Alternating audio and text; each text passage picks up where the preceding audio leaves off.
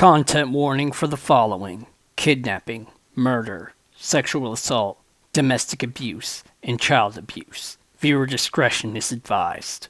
So based on that content warning and the background, you can already tell this video is going to be very different from my usual stuff. No sci-fi Craig McCracken shows or silly animated battles this time, folks. Today, I'm going to be talking about a movie on Amazon Prime Video called Chained, and why it's the most twisted and darkest movie I've ever seen. Now, this isn't going to become a movie review channel or anything, it's just Chained left such an impact on me that I just had to talk about it. I've seen a number of movies that were utter mindfucks that leave a huge impression on the viewer, like Midsommar, The Fourth Kind, Natural Born Killers, and Beau is Afraid. Chained makes all those films look like Care Bear movies in comparison. So what's this movie about? It's about a child and his mom being kidnapped by a cab driver who takes them to his house in the middle of nowhere, sexually assaults and kills the mom, and puts a leg chain on the kid to keep him in his house to be a servant while he kidnaps, sexually assaults, and kills more women. You're probably now thinking, that's dark, but not the most twisted and darkest movie ever. Vex, you sound like a crybaby cupcake, insert SpongeBob and Patrick writing the mitten meme here. No. I know how fucked up and cruel this world is to people, and there are some truly dark and twisted individuals that live in it. You see, it's not the subject matter that makes Chained so fucked up. In fact, in terms of graphic content, Chained is actually very tame considering what it's about. All of the sexual assault is off screen, most of the violence is shown in quick flashes, and there really isn't much blood. The most graphic thing is a woman getting her throat slit, which is kind of fucked up to say so casually, but my point is that gore, nudity, and violence aren't what makes Chained so fucked up either. If it's not the plot or content, then what the fuck is it, Vex? Simple. What makes Chained truly twisted and dark is the presentation. Chained pulls absolutely no punches, and every single thing in this entire film is depicted raw and unsettlingly real. There's no dramatic music, no drawn-out moments of horror or death, no over-the-top dialogue, no things thrown in for shock value, and no fancy camera work. It all just happens. It's true to life in such a horrifying degree, and it's not something that I can do justice with just my words. I'm not going to be showing any clips, but I will go through the story. So, I guess I should give a spoiler warning here, but that implies I'm providing you an out in case you decide to watch it. And I really wouldn't do that if I were you. Either way, here we go with the story. The movie begins with a kid hiding under a chair in a crappy house when the door opens and a man is dragging a woman by her hair who is flailing and screaming in terror and brings her into a room. All the while, the kid just has this 1,000-yard stare. That's right, it begins with this. No easing the viewer into it or anything. It's just BAM! Have some dark fucked up shit right off the bat. Even the horror and slasher movies that want to hook you in with dark shit at least have a little build up by focusing on some rando going about their day before meeting their demise. Chained is willing to just sucker punch you with that shit without warning, letting you know exactly what kind of movie it is. At least it's giving you an easy out right then and there, I guess. Then it cuts to a father on his way to work, dropping off his wife and son at a movie. There we go, that's the more traditional startup stuff. He also makes it adamantly clear that they take a cab home, not a bus. Then they go see a horror movie and come out of the theater joking about it. Soak all that in, because that is the last glimmer of hope and lightheartedness you are ever going to see in this whole damn movie. Mom is about to hail a cab, but her son notices a cab strangely already pulled up at the curb, so they take that one. The driver, Bob, then locks the doors and speeds off to an unknown destination. Mom starts freaking out and tries to call her husband, but he doesn't pick up. They pull up into this shabby house in the middle of nowhere into the garage. The boy is sobbing at this point, and Mom is telling him everything is going to be okay. Even when Bob drags her out of the car and puts her in a headlock while leaving the boy locked in the cab, she's still telling him that Mommy is going to be fine. Then he drags her off into the house. Now, I bet you're expecting a disturbing, fucked up, dramatic scene where he sexually assaults and kills her, right? No. This is not how Chained does things. Instead, We have a moment where the boy is just in stunned silence looking at the window, unable to do anything. Then we hear the blood-curdling screams of his mother, and he cowers and covers his head.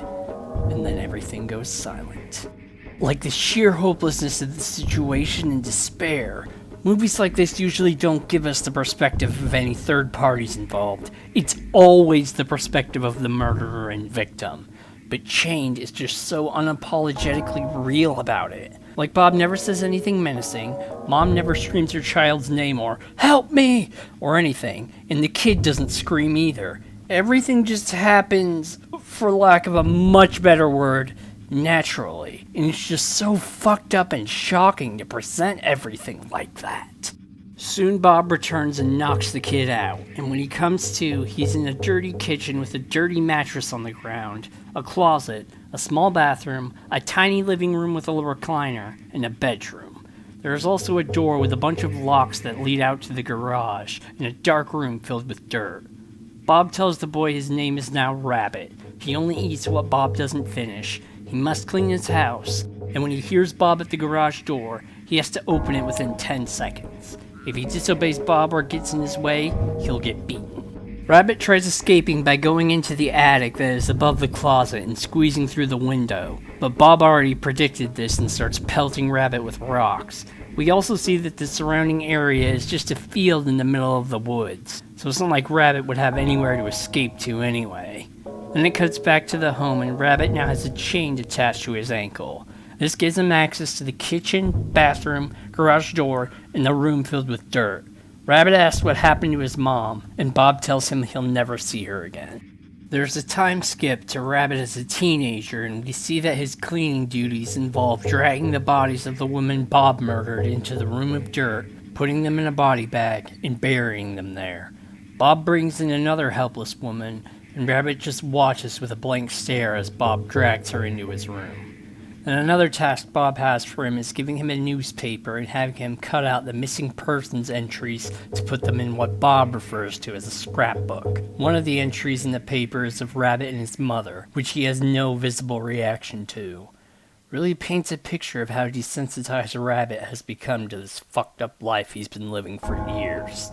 Then we get a moment of Bob thrashing about his bed having a nightmare, which is brief snippets of his childhood trauma. We see his father berate and abuse him and his brother, as well as abusing and sexually assaulting his mom right in front of them. Now this scene is... God, I have no idea how to compliment this movie without coming across as a complete psycho. But this is a scene that is... beneficial? Most movies wouldn't bother trying to humanize their antagonists, especially not a serial killer like Bob, but Chain does this with just this little moment without drawing too much attention to it. It absolutely doesn't justify his actions, but it does explain them. When you're a victim of abuse and see how your father treats the woman in his life, yeah, you can see how Bob ended up the way that he did. He wakes up and exits the bedroom and sees Rabbit thrashing about his bed, also having a nightmare. Could this nightmare be about the trauma he suffered after Bob kidnapped him, or could there be a deeper reason for this? Possibly due to these events, Bob tries to take a, parental role for Rabbit. He presents Rabbit with an anatomy book and says something along the lines of, "People are like puzzles. On the outside, they are like what's on the box, but when you open them up, they're all jumbled. And if you can figure out how to put those pieces together, you can do anything you want to them."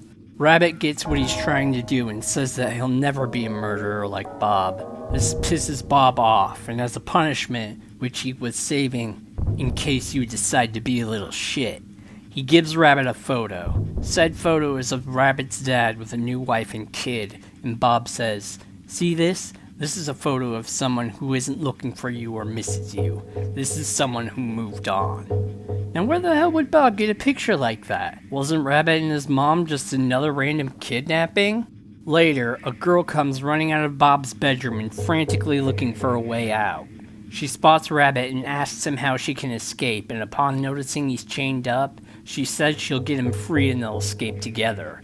Rabbit has no reaction to any of this, and then Bob shows up and stabs the girl in the back of the neck. It also shows he has suffered some injuries on his face, probably from the girl fighting back to escape. Bob is clearly getting sloppy at this whole serial killer thing, either due to age or complacency. We then cut to Rabbit stitching Bob's wounds, one of which is very close to his eye. This is the absolute perfect opportunity for Rabbit to fight back and blind the bastard, and Bob knows this because he asks, "You thinking stupid thoughts right now?" Either way, Rabbit doesn't take the opportunity, and this scene is like the ultimate example of Rabbit's hopelessness.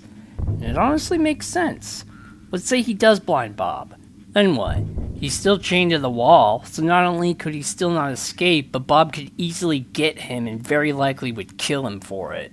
Now with the knowledge that Rabbit doesn't seem like he's going to double-cross him, Bob decides to really push the whole "carry on my legacy as a serial killer" thing on Rabbit. He brings home a young woman who is completely hammered and has no idea what is going on for Rabbit to sexually assault and kill. When Rabbit shows no interest, Bob tells him to show the girl to the bathroom. Rabbit begins to point in its direction, but Bob says, "Not that one, the other one." And Rabbit leads her to the room where the bodies are buried. After a few moments of the girl being confused as hell, but still somehow oblivious to the danger she is in, Bob swiftly slits her throat. Again, another moment that completely blindsided me because it just happens out of nowhere, and like everything else in the movie, it's not dramatized. He just kills her and things move on.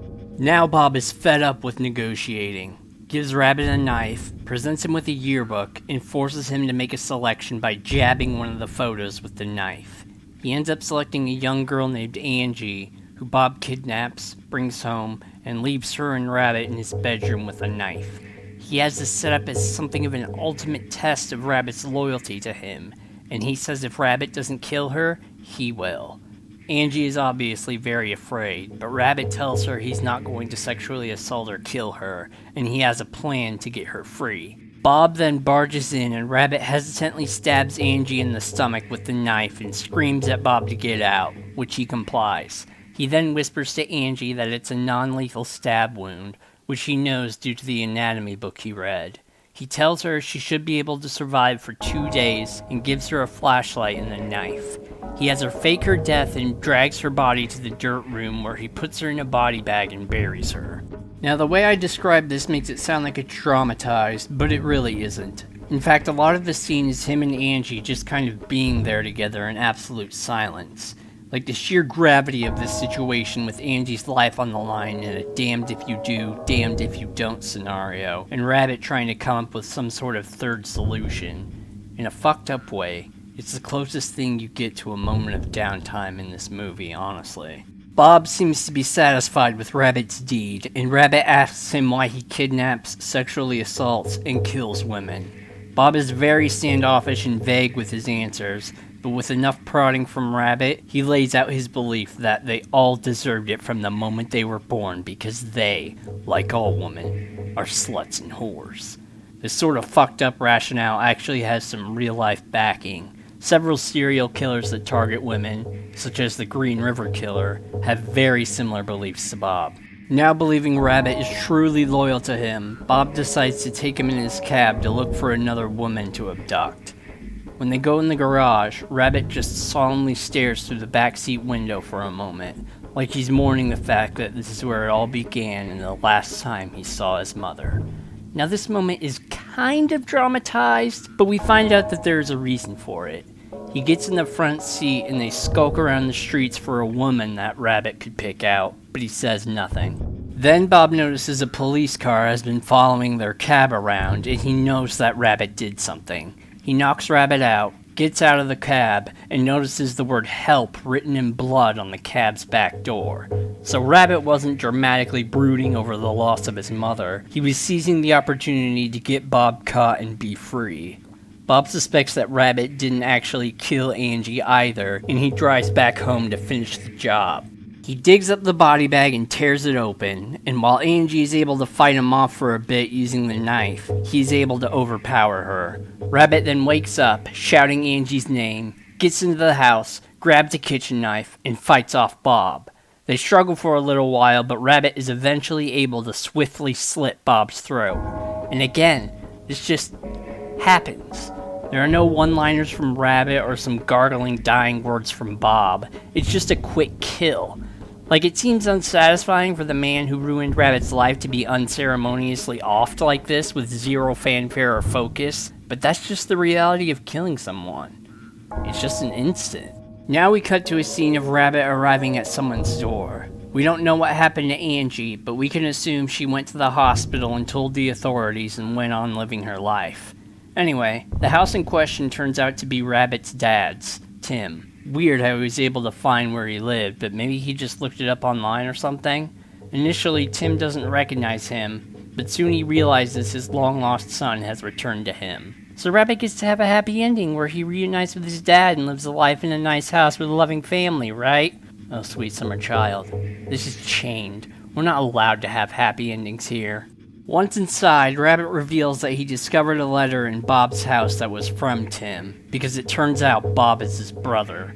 This whole kidnapping was a setup to get rid of his wife and kids so he could remarry and start a new life. Now, there are people who hate this twist and it feels like a real rug pull, but there was plenty of foreshadowing. That's why Tim was adamant about them taking a cab instead of the bus. That's why Bob's cab was waiting for them outside of the theater. That's why Bob had that picture of Tim, and that's how Rabbit found Tim's address. Enraged, Tim attacks Rabbit and starts strangling him. And this, comfortability of hurting his own child may imply that Tim was abusive to him and his wife. This would explain why Rabbit was having a nightmare thrashing about just like Bob did. Tim's wife tries to intervene, and Tim begins attacking her, so it's likely he is abusive to her as well. Rabbit then beats Tim senseless and smashes him over the head with some sort of heavy ornament, killing him. There is this moment of silence where Tim's wife just looks at Rabbit in horror, and Rabbit doesn't seem to have any visible reaction from killing his own father. She then screams at him to get out, which he does so, and she calls the cops telling a robber broke in and killed her husband. This is another hint that Tim was likely abusive to her, since why wouldn't she just have ratted Rabbit out for killing someone who was allegedly good to her up until that point? The last shot we get of the movie is Rabbit returning to Bob's house in his cab and closing the garage door. Now, I don't think this means he's going to actually follow in Bob's footsteps. Far from it. I think it's more of a prisoner, this is the only world I know kind of thing, where after all the fucked up things he went through, Rabbit can't adjust to the outside world. The first thing he did was kill his freaking dad, even if he deserved it. So even if he is free of his kidnapper and his binds, Rabbit is essentially still chained. Jeez, so there you have it. Now, do I think Chained is a good movie? Oh, absolutely. It is very good. Do I recommend watching it? Not at all. You have to be a certain kind of fucked up to not really enjoy, but to appreciate this movie. And it's not as simple as, oh, I watch a ton of true crime, I can handle some fake-ass movie. No. You see, true crime is dramatized as all hell, but Chained portrays things all too real. And that is what makes Chained the most twisted and darkest movie.